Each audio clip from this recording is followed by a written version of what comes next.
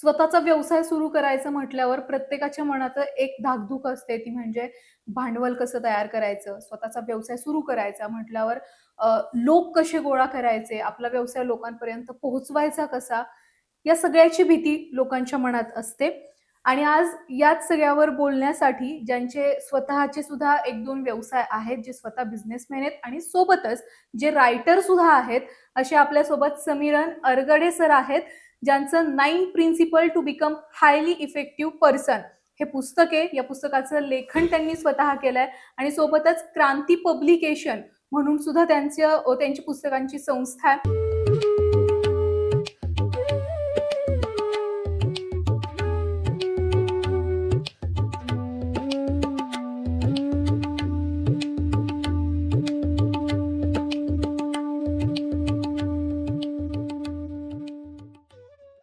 नमस्कार सर, नमस्कार. तुमचं स्वागत. सर्वात आधी मला हे विचारायचंय की लेखन या लेखनाच्या क्षेत्रामध्ये तुम्ही कधी आलात? ऍक्च्युली माझा जो जन्म झाला तो एका शिक्षकाच्या कुटुंबामध्ये झाला. हं, म्हणजे माझे आई वडील जरी शेतकरी असले तरी माझे आजोबा जे होते, आईचे वडील, हं. त्यांनी मला एज्युकेशनसाठी त्यांच्याकडे ठेवलं होतं. कारण त्यांच्या घरामध्ये लहान मुलगा नव्हता म्हणून. कोणीतरी एक असलं पाहिजे म्हणून. आणि बरोबर. ते शिक्षक होते आणि पुस्तकं भरपूर असायचे.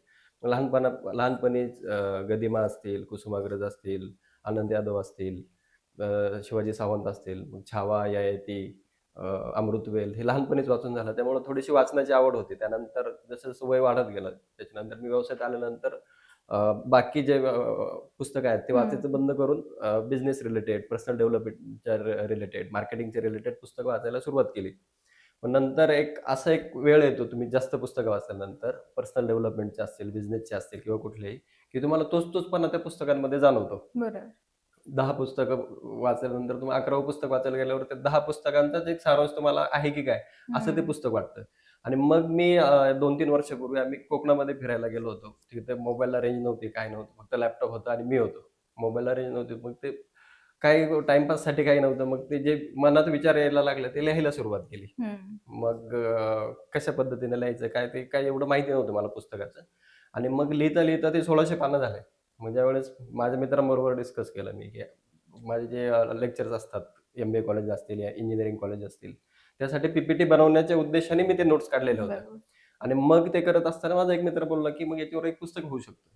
मग त्याची शॉर्टलिस्ट करून एक 150-200 पानांचं एक पुस्तक आम्ही प्रकाशित केलं. दिल्लीची कंपनी आहे. त्यांच्याबरोबर अटॅच केल्यानंतर आमचं त्यांच्या पब्लिकेशन थ्रू आपण पुस्तक रिलीज केलं मागच्या वर्षी जानेवारीमध्ये. हेच ते पुस्तक हो. 9 principle to become highly effective हो, हो. पर्सन. मग त्याच्यामध्ये जे सक्सेसफुल लोकं आहेत, मग बरोबर. तुमच्या गल्लीपासून दिल्लीपर्यंत किंवा जगभरात जे सक्सेसफुल लोकं आहेत, त्या सक्सेसफुल लोकांच्या 9 कोणत्या कॉमन गोष्टी आहेत, हं, हं. की प्रत्येक व्यक्तीमध्ये मग तुम्हाला प्राईम मिनिस्टरमध्ये पण त्या दिसणार, तुम्हाला एखाद्या सक्सेसफुल एंटरप्रेन्योरमध्ये पण ते दिसणार, सक्सेसफुल एखादा ॲक्टर असेल, तर त्याच्यामध्ये पण ते गुण तुम्हाला दिसणार. मग हॅबिट असतील, गोल सेटिंग असेल, बरोबर. डिसिप्लिन्स असतील, ते कशा पद्धतीने गोल सेटिंग करतात, काय करतात. तर ते सर्व गोष्टींचा अभ्यास करून त्या सर्व गोष्टी, त्या 9 गोष्टी ज्या आहेत, त्या सर्व त्याच्यामध्ये आपण दिलेल्या आहेत. बरोबर. आणि हे क्रांती पब्लिकेशन हे तुम्ही कधी सुरू केलंय? ॲक्चुअली आता पुस्तक मला माहिती नव्हतं पुस्तक लिहिताना काय अडचणी येतात, कशा अडचणी येतात, पब्लिश करताना किती हं, अडचणी हं, येतात. हं. तर बऱ्याच लोकांचं माझ्यासारखीच परिस्थिती असते, की पुस्तक लिहायचं असतं, पण सुचत नसतं हं, किंवा हं. पुस्तक लिहिलेलं आहे, पण पब्लिश कसं करायचं ते माहिती नसतं. काहींना कविता लिहिण्याचा छंद असतो, काहींना गद्यलेखन करण्याचा छंद असतो, काहींना बिझनेसचा. मी जसं नोट्स काढल्या तसे भरपूर नोट्स असतात, त्याचं पुस्तक हो. बनवायचं असतं. काही शिक्षक असतात, त्यांना त्यांचे पुस्तकं पब्लिश करायचे असतात. काही गणित तज्ञ असतात, मग त्यांना गणितावर काही भाष्य करायचं असतं, लिहायचं असतं. पण ते पब्लिश कसं करायचं हे बऱ्याच लोकांना माहिती नाही. मग हं, त्यांना हं. सुरुवातीपासून आम्ही गाईडन्स करतो. हं, मग हं. लेखन कसं करायचं, तर ते पब्लिश कसं करायचं, पब्लिश केल्यानंतर त्या पुस्तकाचं मार्केटिंग कसं करायचं, त्यातून रेव्हेन्यू जनरेट कसं करायचं, या सर्व बरोबर. गोष्टी आपण क्रांती पब्लिकेशन थ्रू शिकवतो. हे क्रांती पब्लिकेशनची सुरुवात कधी झालेली? हे माझं पुस्तक लॉन्च केल्यानंतर मेमध्येच माझं ॲक्चुअली क्रांती हे माझ्या छोट्या बहिणीचं नाव आहे. हं, हं. आणि मग 1 मेला तिचा बर्थडे असतो. मग 1 मेलाच आम्ही ह्या व्यवसायाची सुरुवात केली. बरं. म्हणजे थोडक्यात तुम्ही लेखक पण आहात, डिजिटल मार्केटिंग कसं करायचं ते पण हो. तुमच्याकडून शिकता येईल आणि सोबतच बिझनेस करताना काय नियम पाळले पाहिजेत आणि स्वतःचा बिझनेस वाढवण्यासाठी काय केलं पाहिजे, हे बरोबर. सुद्धा तुमच्याकडून जाणून घेता हो, येईल. त्याच्यामुळे आता माझा पहिला प्रश्न तोच आहे, की स्वतःचा बिझनेस सुरू करायचा असेल, तर असं म्हणतात, की आपल्याकडे भांडवल हे खूप गरजेचं आहे. बरोबर, भांडवल खूप लागतं. बरोबर. पण नाही, माझ्याकडे समजा आता 4 ते 5 लाखाचं भांडवल आहे. हो. तर त्या भांडवलामध्ये मी माझा व्यवसाय हा सुरू करू शकते का? व्यवसाय सुरू करण्यासाठी तुमच्याकडे पैसेच असले पाहिजे खिशामध्ये असं काही हं. नाही. एक चांगली आयडिया पाहिजे, परंतु व्यवसाय चालू करण्यासाठी पैसेच लागतात.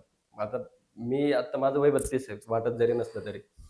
परंतु मी बऱ्याच व्यवसायांमध्ये चालू केल्यानंतर फेल्युअर झालेलं आहे माझं. माझी इलेक्ट्रॉनिक्सची कंपनी होती ती. हं. तिच्यामध्ये माझं बँकरप्ट झालो होतो. 10-15 लाख रुपयाचा लॉस झाला होता. चुकीचे पार्टनर मी निवडले होते. पार्टनरशिपमध्ये चुकीच्या गोष्टी घडल्या गेल्या होत्या आणि मग त्यातून काही एक्सपिरियन्स मला जे पर्सनल एक्सपिरियन्स आलेला आहे, हं. की व्यवसाय चालू करायचा असेल तर भांडवल स्वतःचं पाहिजे. तुम्ही इतरांच्या भांडवलावर डिपेंड राहण्यापेक्षा कारण तुमचा बिझनेस कसा चालणार आहे, काय चालणार आहे, काही सांगू शकत नाही. म्हणजे हं, हं. मी छोटा होतो त्यावेळेस ती बुलेट गाडी होती जुनी. तिला हं. किक मारली की ती बॅक मारायची कधी-कधी. मग ते गुडघ्याला लागायचं हँडल. इतकी जोरात किक. बरोबर. तसं बिझनेस सुद्धा किक मारतो. तुमचा बिझनेस कशा पद्धतीने चालेल, आज चांगला चालतोय, उद्या काय असेल आपण सांगू शकत नाही. शेवटी भविष्य आपण सांगू शकत नाही. परंतु आपण ज्यावेळेस व्यवसायात उतरतो, हं. तर आपले पैसे असतील लॉस झाला तरी आपल्याच जातात आणि जास्त आला तर आपल्याच येतात. परंतु व्यवसाय चालू करताना जे पैसे आपल्याला उभे करायचे असतात, जर तुमचे रनिंग कुठली तरी आयडिया असेल किंवा तुम्ही एखादा बिझनेस कॉपी केलेला असेल, तुम्हाला 100% खात्री असेल, की ह्या बिझनेस चालू केल्यानंतर मला सक्सेस भेटणार आहे. तर तुम्ही इतरांकडून, नातेवाईकांकडून, बँकेकडनं लोन घ्यायला काही हरकत नाही. परंतु सुरुवात करताना स्वतःचाच बिझनेस केला पाहिजे. म्हणजे ते आपले अमन चोप्रा जे आहेत हं. शार्क टँकवाले, तर त्यांनी सांगितलं होतं, की ते जॉब करायला गेले होते कुठेतरी. हं, हं, म्हणजे हं. ज्यांची बोट नावाची एवढी मोठी कंपनी आहे आज. त्यांनी स्वतः 1-2 वर्ष जॉब केला. बिझनेस त्यांचा डब खायला गेल्यानंतर. ते पैसे साचवले आणि मग परत बोट नावाची कंपनी चालू केली. आज ती जगभरात एवढा मोठा ब्रँड बनवला त्यांनी. तर म्हणजे थोडक्यात बिझनेस सुरू करताना जी आपली सेव्हिंग असेल ती पहिल्यांदा वापरा. जर हो. तुम्ही फर्म असाल, की बिझनेस हा तुमचा आणि तुमचं चांगलाच आयुष्य चालणार. 1 वर्षभर तरी तुम्ही सस्टेन करू शकला पाहिजे. हं, हं. मग तुमचं कुटुंब असतं, मुलांची फी असेल किंवा बॅचलर असाल तर आई-वडिलांचा खर्च असतो. आपला स्वतःचा वैयक्तिक खर्च असतो. पुण्यासारख्या शहरामध्ये एकट्याला राहायचं म्हटलं तरी कमीत कमी हं. ₹15,000 खर्च येतो. हो. खाऊन, पिऊन, राहून. मग त्या गोष्टींचं प्रॉपर प्लॅनिंग करून आपण त्या पद्धतीनं प्लॅनिंग केलं पाहिजे आणि व्यवसायाची सुरुवात केली पाहिजे. कारण व्यवसाय हा काय करणं म्हणजे हा काय असं टाईमपासमध्ये नाही करू हो, शकत हो. किंवा जॉब करतोय, मग जॉबवर केलं तर केलं, काम नाही केलं तर नाही केलं. तुम्हाला व्यवसाय चालू केल्यानंतर तुम्हाला कामच करावं लागतं. तुम्ही जर काम नाही केलं तर तुमचे रिझल्ट पूर्णपणे निगेटिव्ह येतात आणि काम जर प्रॉपरली करायचं असेल, रिझल्ट जर चांगला आणायचा असेल, तर तुम्हाला बिझनेस करताना दररोज काम करणं आहे. बिझनेसमध्ये हार्डल्स येतात, ऑब्स्टॅकल्स येतात, स्ट्रगल येतो. ह्या सर्व गोष्टींचा विचार करून तुम्ही बिझनेसमध्ये आलं पाहिजे. बरोबर. अ, अनेकदा असं होतं, की बिझनेस सुरू केल्यावर 5-6 महिने फेल्युअर हो, येतो लोकांना. अ, नाही चालत बिझनेस काहींचा. पण मग बरोबर. लगेच 5 महिन्यात तो बिझनेस बंद करायचा आणि म्हणजे बॅकफुटला यायचं. हे बरोबर. कितपत योग्य आहे म्हणजे?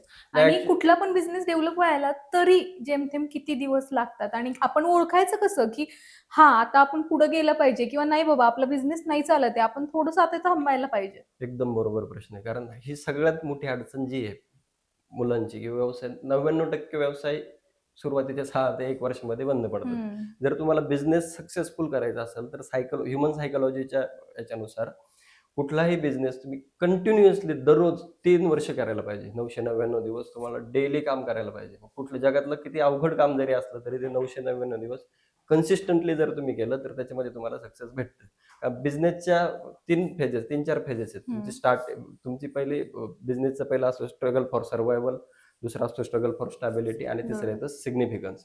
तुमचं स्ट्रगल फॉर सर्व्हायव्हल आहे. मग मी अगोदरच जे सांगितलं तुम्हाला, की तुमची मानसिक तयारी तयारी किती? तुमच्याकडे फायनान्शियल बॅकअप कसं आहे? तुम्हाला हं. सस्टेन करू शकता का? बिझनेस जर मागे-पुढे व्हायला लागला, तर आपल्याला आपल्या कुटुंबावरती पण तो परिणाम होतो. त्याच्यानंतर आपल्या करिअरवर त्याचा परिणाम होतो. मग ते न होण्यासाठी सुरुवातीला तुमच्याकडे चांगल्या पद्धतीची बॅकिंग असली पाहिजे पैशांची. हं, मग हं. तुम्हाला सपोर्ट असो नसो, ज्याला बिझनेसच करायचा आहे तो सक्सेसफुली बिझनेस रन करतो. बरोबर. आणि बिझनेस करायचं म्हटल्यावर समजा एखाद्याच्या घरची नाही परिस्थिती किंवा हां. त्याच्याकडे तेवढे सेव्हिंग नाहीये. सरकारी योजनांचा असा आपल्याला फायदा होतो का बिझनेस सरकारी योजना, करण्यासाठी? लोन वगैरे हे फक्त पेपरमध्ये वाचण्यासाठी आणि YouTubeवर व्हिडिओ पाहण्यासाठी असतात, सुरुवात करायची असेल तर. तुम्हाला जर बिझनेस पाहिजे असेल, आता मुद्रा योजना आहे, सगळ्या हं, गोष्टी. मग हं. त्याला खूप कागदपत्र लागतात. ओके. ते सहजासहजी म्हणजे ज्याला खरंच गरज आहे त्याला ते भेटत नाही. हं, हं, हं. अशा योजना आहेत की ज्याला खरंच गरजवंत आहे, त्याची आर्थिक परिस्थिती नाही किंवा त्याच्याकडे काहीच नाही सध्या. त्याच्याकडे घर नाही, जमीन नाही, जुमला नाही, घरची परिस्थिती पण चांगली नाही. त्याला त्या योजनांचा फायदा घेता येत नाही. बरोबर. आणि भरपूर लोक मग बिझनेस सुरू करण्यासाठी कर्ज काढतात. हं, हं. काही-काहींनी बाबा कर्ज काढलं तर त्यांचं ते फिटतं. का तर बरोबर. बिझनेस त्यांचा चालतो. आता असे भरपूर बिझनेस आहेत. चंदू सराफच घ्या. हो. कधीपासून सुरू आहेत? आज तागायत सुरू आहेत. बरोबर, किंवा मग चितळेंचा असेल. बरोबर, कन्सिस्टन्सी तुम्ही म्हटलात तो एक आहेच बरोबर. मुद्दा. पण काही लोक कर्ज काढतात आणि मग ते परत फेडू शकत नाहीत. अशा लोकांना तुम्हाला काय सांगायचंय, की कर्ज काढून बिझनेस केला पाहिजे का? बिझनेस करण्यासाठी कर्ज हे आवश्यक आहे. हं. तुम्ही कर्ज न घेता जर बिझनेस करायला गेलात, तर मग तुम्ही बिझनेस करू शकत नाही. हं, हं. मग आता तुम्ही जर सक्सेसफुल उदाहरणं जर बघितले असतील, तर इतक्या उद्योगपतींचे तितके कर्ज माफ झाले. ह्या हो. उद्योजकाने तितकं कर्ज घेतलं. अदानींचं कर्ज काहीतरी बिलियन डॉलरमध्ये कर्ज आहे. म्हणजे सांगण्याचं तात्पर्य असं आहे, की बिझनेस करण्यासाठी हे कर्ज लागतं. पण ते हं. कर्ज कशासाठी तुम्ही घेताय? हं, हं, तुम्ही हं. स्ट्रगल करण्यासाठी घेताय, तुम्ही बिझनेस एक्सप्लोर करण्यासाठी कर्ज घेताय, की तुम्हाला स्वतःला बिझनेसच्या नावाखाली तुम्ही स्वतःचे मौज-मजेसाठी कर्ज घेताय, ते हं. सर्वात महत्त्वाचं आहे. बरेच तरुण हौशी उद्योजक काय करतात, कर्ज वगैरे व्यवसाय वगैरे चाललेला असतो. कर्ज वगैरे काढतात आणि ते स्वतःचे मग कपडे घे, गाडी घे, आयफोन हं, घे. हं, हं. अशा पद्धतीने गर्लफ्रेंड बरोबर बरोबर. फिरायला जा. मग याच्यामध्ये खर्च होतो आणि मग जिथं ते पैसे जायला पाहिजे होते, हं, हं. मार्केटिंग असेल, तुमचे प्रॉडक्ट असेल, तुमचं R&D असेल, तिथं कर्ज पैसे गेले तर काही हरकत नाही.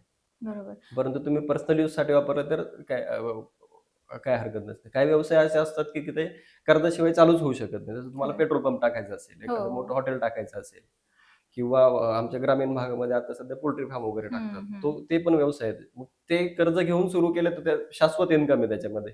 पेट्रोल पंप टाकल्यावर असं नाही होणार की आपल्याकडे गाड्या येणार हो, नाहीत. तर हो. दररोज येणार आहे. हॉटेल टाकायचं असेल तर फक्त हॉटेल इंडस्ट्रीमध्ये असं आहे की तुम्हाला हॉटेल इंडस्ट्रीचा एक्सपिरियन्स असेल तरच तुम्ही हॉटेल टाकलं पाहिजे आणि हे करू शकता. कारण हॉटेल सुरू करणं एकदम सोपी हं, गोष्ट आहे. हं, परंतु हं. चालवणं ही खूप अवघड गोष्ट आहे.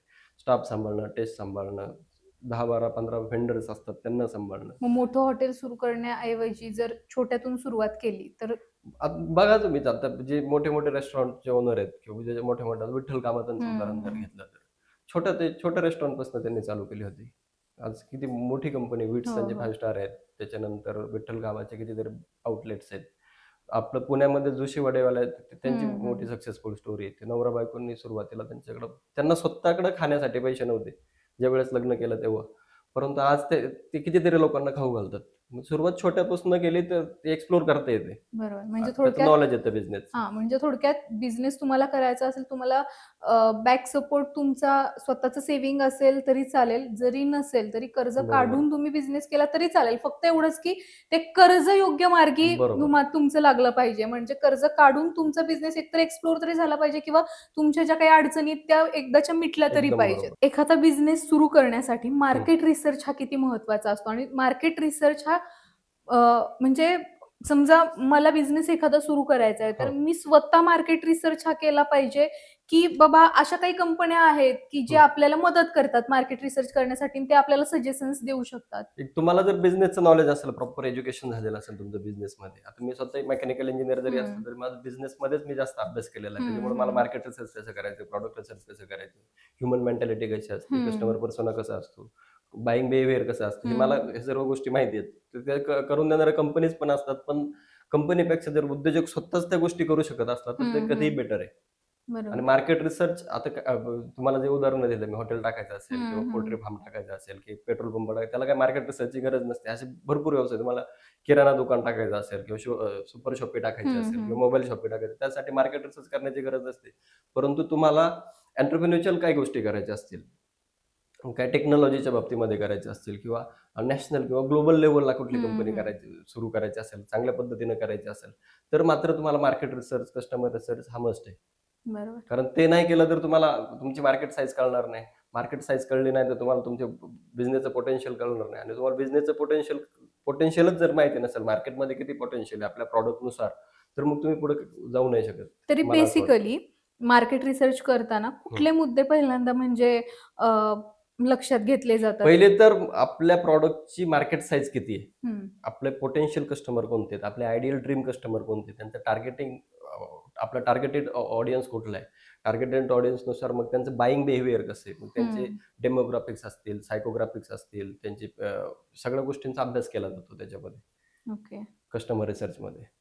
आणि मग ज्या वेळेस आपण प्रॉडक्ट लॉन्च करतो किंवा कुठले पण प्रॉडक्ट लॉन्च हं, करतो, हं. तुम्ही स्टीव्ह जॉबचं जर प्रॉडक्ट लॉन्चिंग बघितलं असेल, तर त्याने ज्यावेळेस आयपॉड आणलं होतं छोटंसं, एक 15 वर्षापूर्वी, हं. फोन पण होता, आयपॅड पण होतं, आयपॉड फक्त गाणे ऐकण्यासाठीचं डिव्हाइस आणलं होतं.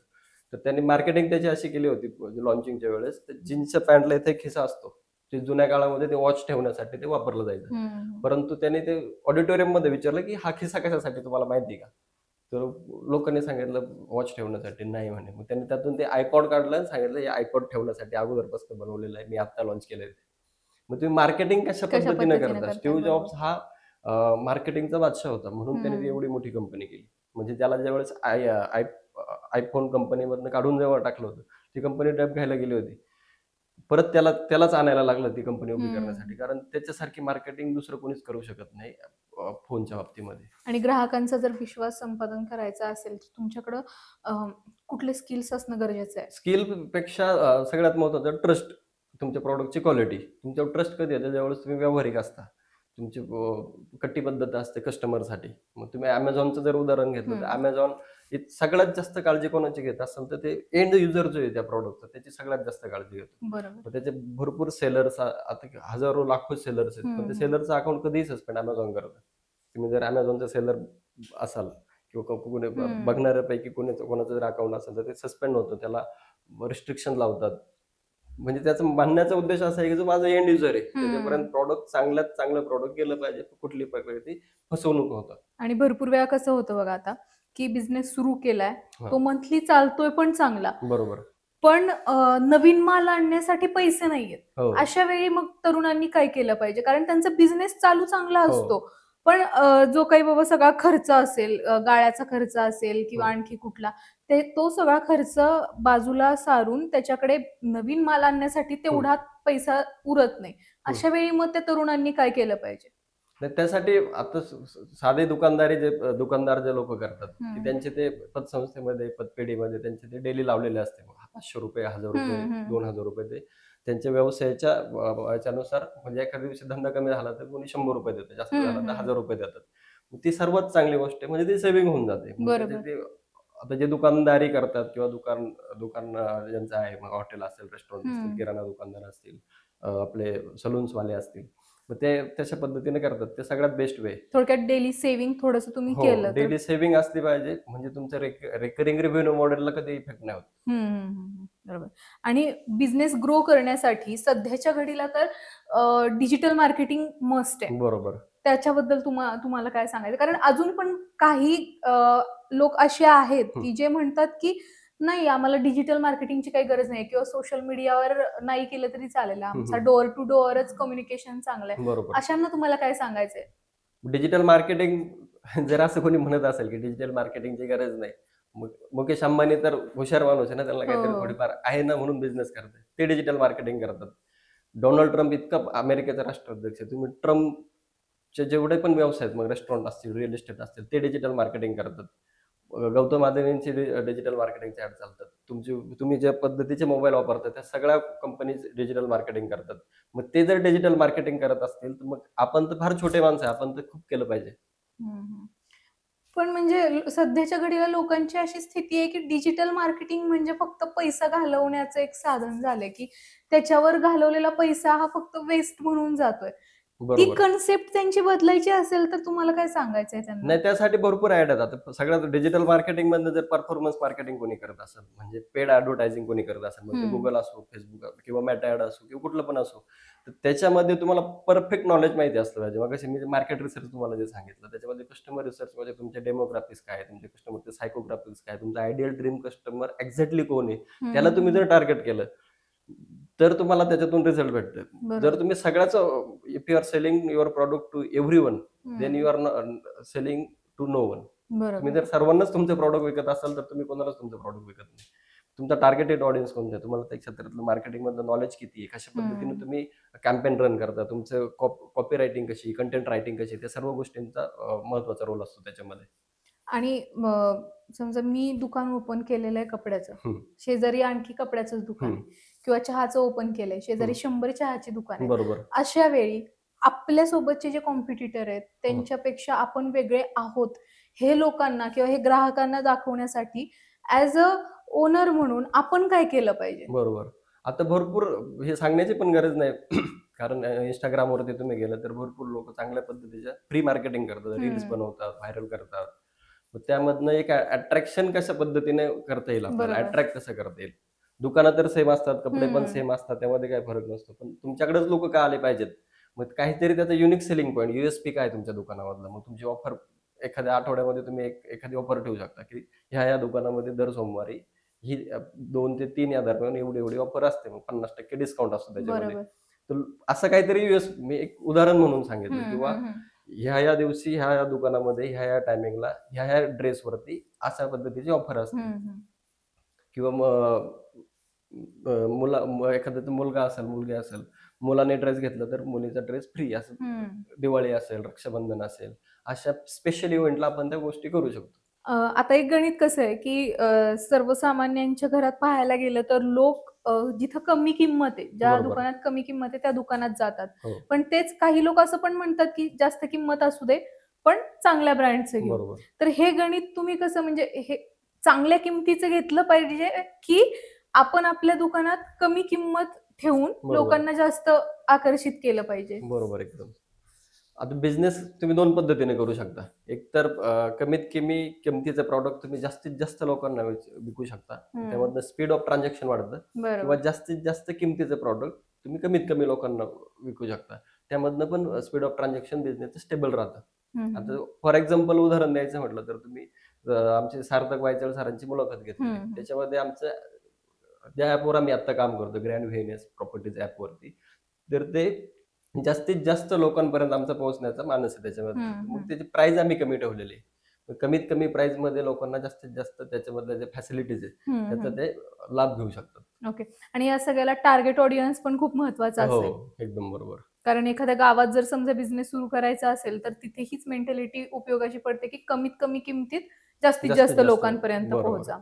मग तुमची बिझनेसची नेसेसिटी काय आहे, ते पण हं. त्यावर डिपेंड करतं. बरोबर. आणि सगळ्यात महत्त्वाचा प्रश्न म्हणजे पार्टनरशिप. बरोबर, बिझनेसमध्ये पार्टनरशिप केली पाहिजे का? अनेक उदाहरणं अशी आहेत, की पार्टनरशिपमधून त्यांना फायदा झालेला आहे. बरोबर, ते पुढे सुद्धा गेलेले आहेत. पण बरोबर. भरपूर वेळा लोकांचा म्हणजे हाच कन्सर्न असतो, की पार्टनरशिपमध्ये नको बाबा बिझनेस सुरू करायला. बरोबर, का तर मग भांडणं होतात किंवा मग जो काही इन्कम येईल त्याच्यावरून वाद होतात. बरोबर. तुमचं काय सांगणं आहे, की पार्टनरशिपमध्ये केलं पाहिजे का? पार्टनरशिप तर असतातच बिझनेसमध्ये. पार्टनरशिपशिवाय व्यवसाय होऊ शकत नाही. मोठ्या-मोठ्या कंपनीच्या पार्टनरशिप असतात. परंतु तुम्ही इनिशियल लेव्हलला पार्टनरशिप करताना तो तुमचा कोण आहे, नातेसंबंधामध्ये आहे हं, किंवा हं. मित्र आहे, तो जर असेल तर सगळ्यात पहिली मस्ट गोष्ट अशी आहे, की त्याला बिझनेसचं प्रॉपर नॉलेज असलं पाहिजे. बरोबर. दुसरी गोष्ट बिझनेसमध्ये अप अँड डाउन्स आल्यानंतर त्याला फायनान्शियली काही फटका नाही बसला पाहिजे. म्हणजे त्यांनी ₹1,00,000 घरातले सगळ्यात शेवटचे दिले आणि बिझनेसला काही प्रॉब्लेम झाला तर तो तुम्हाला त्रासदायक होतो. की हं, माझे हं. ₹1,00,000 तुझ्यामुळे गेले, ₹1,00,000 तुझ्यामुळे बरोबर. गेले. त्याच्यामध्ये मग तो प्रॉब्लेम येतो.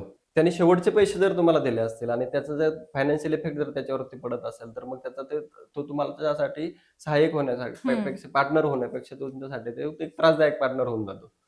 मग तो बरोबर. त्याला पहिली गोष्ट बिझनेसचं पण नॉलेज नसतं, दुसरी गोष्ट त्याचा फायनान्शियल पण बॅकअप नसतो आणि मग हं. तो लायबिलिटी होऊन जातो तुमच्यावरती. ओके. पार्टनर कधी बी लायबिलिटी त्याची बिझनेसची मॅच्युरिटी त्याच्यामध्ये असली पाहिजे. त्याला बिझनेसचं नॉलेज असलं हं. पाहिजे. त्याचा स्वतःचा कुठलातरी एखादा व्यवसाय असला तर एकदम बेस्ट आहे. म्हणजे पार्टनरशिपमध्ये ते होऊन जातं. बरोबर, मग तुम्ही स्लीपिंग पार्टनर घेताय की वर्किंग पार्टनर घेताय त्यावर पण ते डिपेंड असतं. वर्किंग बरोबर. पार्टनर समजा तुम्हाला एखादं ॲप्लिकेशन लॉन्च करायचंय. तुम्ही डेव्हलपर आहे, तर तुम्ही तुमच्या मित्राला मार्केटिंग तरी आलं पाहिजे किंवा डेव्हलपमेंटमध्ये काहीतरी हं, हं, चांगल्या हं. पद्धतीचं आलं पाहिजे. म्हणजे एकाने एक डिपार्टमेंट सांभाळल्यावर दुसरं दुसऱ्याने डिपार्टमेंट दुसरं. सांभाळतो आणि मग ज्यावेळेस पैसे यायला लागतात त्यावेळेस पण क्लॅशेस होतात. पण त्या हं. पद्धतीने सुरुवातीपासूनच पार्टनरशिप करताना तुमची क्लॅरिटी. कधीच भांडणं नाही होणार. त्यासाठी 2 उपाय आहेत. पहिल्यापासूनच तुम्ही वकिलाच्या सहाय्याने सगळी पार्टनरशिप करायची बरोबर. आणि सीएच्या सहाय्याने सगळं ऑडिट करायचं. खरं तुमची पार्टनरशिपमध्ये विदाऊट काहीच डॉक्युमेंटेशन शक्यतो कुणी काय करू विदाऊट डॉक्युमेंटेशन पार्टनरशिप करणे म्हणजे काय म्हणतो आपण व्यावसायिक आत्महत्या केल्यासारखं आहे. बरोबर. अशा पद्धतीने. आणि भरपूर वेळा कसं होतं, की बिझनेस करताना आहे ना, स्ट्रेस येतो खूप बरोबर. जास्त. कारण अर्थात तुमचा बिझनेस तुम्हाला टिकवायचा आहे म्हटल्यावर बरोबर. तुम्हाला त्या बिझनेसला तेवढा वेळ द्यावा एकदम लागतो. बरोबर. आणि भरपूर वेळा मग ते फायनान्शियल क्रायसिस येतात. बरोबर. अ, घरच्यांना वेळ देता येत नाही. अशा बरोबर. वेळी मग आपली मेंटॅलिटी चांगली ठेवण्यासाठी काय केलं पाहिजे एका बिझनेसमॅननं? नाही आता बरेच मुलं म्हणतात, की जॉब करण्यापेक्षा बिझनेस कधीही चांगला हे ते. पण बिझनेस हं, करायचा असेल तर हार्डल्स येतात, ऑब्स्टॅकल्स येतात. जॉब करत असताना तुम्हाला एकच बॉस असतो, तोच तुम्हाला प्रश्न विचारत असतो. ज्यावेळेस तुम्ही बरोबर. बिझनेस करायला जातात, तुमचे हजारो कस्टमर्स होतात, हजारो तुमचे ग्राहक बनतात. त्या हजारो हं, लोकांचं तुम्हाला ऐकायला लागतं, कारण कस्टमर हा देव असतो. मग त्याच्यामुळे हर्डल्स येतात, ऑब्स्टॅकल्स येतात, तुमचे लोन्स असतात, ई-एम-आय असतात, व्हेंडरचे पेमेंट असतात, एम्प्लॉयीचे पेमेंट असतात, घराचं भाडं असतं, गाडीची ई-एम-आय असतात. या सगळ्या गोष्टींना तुम्हाला एकट्याला मॅनेज करायचं असतं. तर आणि स्ट्रेस मॅनेजमेंटसाठी सगळ्यात महत्त्वाची गोष्ट आहे, की काम करतानाच काम असं निवडायचं, की तुम्हाला ते काम नाही वाटलं पाहिजे, तुम्हाला ते बरोबर. एन्जॉयमेंट वाटली पाहिजे. म्हणजे विराट कोहलीला कधी क्रिकेट खेळण्याचा हं, कंटाळा येऊ शकत नाही. बरोबर. अजय अतुलला कधी म्युझिक कंपोज करण्याचा कंटाळा येऊ शकत नाही किंवा शाहरुख खानला कधी ॲक्टिंग करण्याचा कंटाळा हं, येऊ शकत नाही. एखादं ड्रम वाजवणारा असेल, त्याला त्याचं कामच त्याने असं निवडलंय, हं, की त्याला ते करताना आनंद वाटतो. हं, हं, हं. तर बिझनेस कधी पण निवडताना असं निवडायचा, की तुम्हाला आनंद वाटला पाहिजे. सगळ्या त्रासातून तुम्ही बिझनेसच्या ठिकाणी ज्यावेळेस जाता, त्यावेळेस तुम्हाला आनंद वाटला पाहिजे, "अरे, आलो आपल्या जागेवर." बरोबर अशा आणि पद्धतीने. कसं आहे तरुणांना अलीकडे बिझनेसमध्ये यायची इच्छा खूप हो, असते, पण ते रिस्क घ्यायला घाबरतात. हो. तुमचं तरुणांना काय सांगणं आहे? तरुणांना एवढं सांगायचं बिझनेस जर चालू करायचा असेल, तर सगळ्यात महत्त्वाचं तुम्हाला मेंटरशिप असली पाहिजे. तुम्ही LinkedInवरती जा, तुम्हाला एखाद्या क्षेत्रामध्ये जायचंय. बरोबर. हजार एक बिझनेसमॅनची लिस्ट काढा, त्यांना ईमेल पाठवा. त्याच्यानंतर काही ॲप्लिकेशन्स हं, आहेत. त्याच्यामध्ये तुम्ही एखाद्या एंटरप्रेन्योर असेल, त्यांचे सल्ले घेऊ शकता. मग मार्केटिंगचा सल्ला एखादा मार्केटिंग स्पेशलिस्ट हं. असेल, तर त्याचा तुम्ही सल्ला घेऊ शकता. एखादा Facebook मार्केटिंगचा स्पेशलिस्ट असेल, तर त्याचा तुम्ही सल्ला घेऊ शकता. असं ओव्हरऑल एक प्रॉपर अभ्यास करून बिझनेस चालू केला पाहिजे. कारण हं. बिझनेस हा विचार करायला, बोलायला खूप सोप्पा आहे. करायला बरोबर. खूप अवघड आहे. त्याच्यामध्ये स्ट्रेस येतो, पैशांचे व्यवहार असतात. तुम्हाला सगळं व्यवस्थित फॅमिली सांभाळायची असते, पर्सनल लाईफ सांभाळायची असते. ते इम्बॅलन्स कुठे न होता ते करता आलं पाहिजे. बरोबर. थोडक्यात तुम्हाला बिझनेस जर सुरू करायचा असेल, तर तो फक्त बोलून, आज बोललात, उद्या सुरू केला आणि परवा दिवशी तुम्ही बिझनेसमध्ये सक्सेस मिळवलं, असं होत नाही. तुम्हाला बिझनेस सुरू करायचा असेल, तर त्याच्या पाठीमागे तशी आखणी पण करावी लागेल. बरोबर. मार्केट रिसर्च तुम्हाला करावा लागेल. तुम्हाला टार्गेट ऑडियन्स ठरवावा लागेल. स्वतःचा स्ट्रेस कमी करण्यासाठी तुम्हाला स्वतःवर पण काम करावं लागेल. सोबतच तुम्हाला तुमच्या बिझनेसला पण तेवढा वेळ द्यावा लागेल आणि यासोबतच तुम्हाला तुमच्या घराला पण तेवढाच वेळ द्यावा लागेल. कारण घरातून जर किटकिट असेल, तर कामाच्या ठिकाणी लक्ष लागत नाही. थोडक्यात तुम्ही बिझनेस सुरू करू शकता. तुम्ही बिझनेसमन सुद्धा होऊ शकता. पण त्यासाठी गरजेचं आहे ते म्हणजे कंटिन्यूटी. तुम्ही जर सातत्य ठेवलं तर 100% सर जसं म्हणाले तसं 3 वर्ष तुम्ही तुमच्या बिझनेसला दिले, तर तुम्ही 100% यशस्वी होणार. पण तेच जर तुम्ही 6 महिन्यात बॅकफूटला आलात किंवा 1 वर्षात बॅकफूटला आलात, तर बिझनेसमन म्हणून तुम्ही चुकताय. तुमचा बिझनेस चुकत नाही. सर खूप खूप धन्यवाद. तुम्ही धन्यवाद. आमच्या प्रेक्षकांशी एवढ्या छान गप्पा मारल्या आणि बिझनेस बाबत इतकी सगळी माहिती दिलीत. तुमच्या पुढच्या करिअरसाठी तुम्हाला खूप खूप शुभेच्छा. धन्यवाद.